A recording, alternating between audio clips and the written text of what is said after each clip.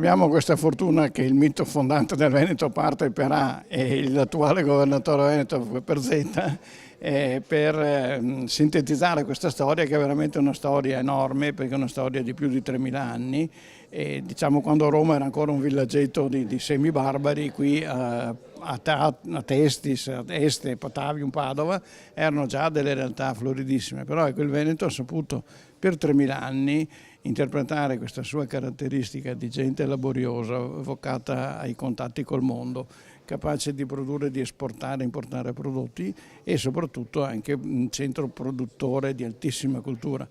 Dalla pittura alla scultura, all'architettura, alla musica, alla letteratura abbiamo avuto figure di portata mondiale. Ne dico una per tutti, un Palladio.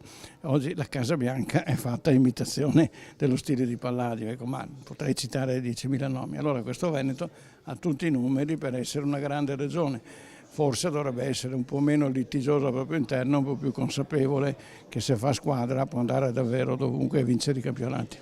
Andrebbe studiata a scuola le qualità che contraddistinguono il popolo veneto nei millenni, non nei secoli, nei millenni, perché appunto partendo da Fratesina fino ad arrivare al Veneto odierno si vede un filo conduttore che fa capire che c'è un'identità, c'è una civiltà veneta che accompagna questo popolo, queste terre, lo sviluppo e anche creazione di ricchezza culturale in questo territorio che forse non ha pari in altri luoghi d'Italia ed Europa. Quindi ve lo consiglio, un libro da leggere, si legge anche molto facilmente, scritto da Francesco Iori con l'animo e con l'incipit da giornalista e che, ripeto, fa scorrere, fa apprendere la storia dei Veneti in maniera semplice, facile e completa.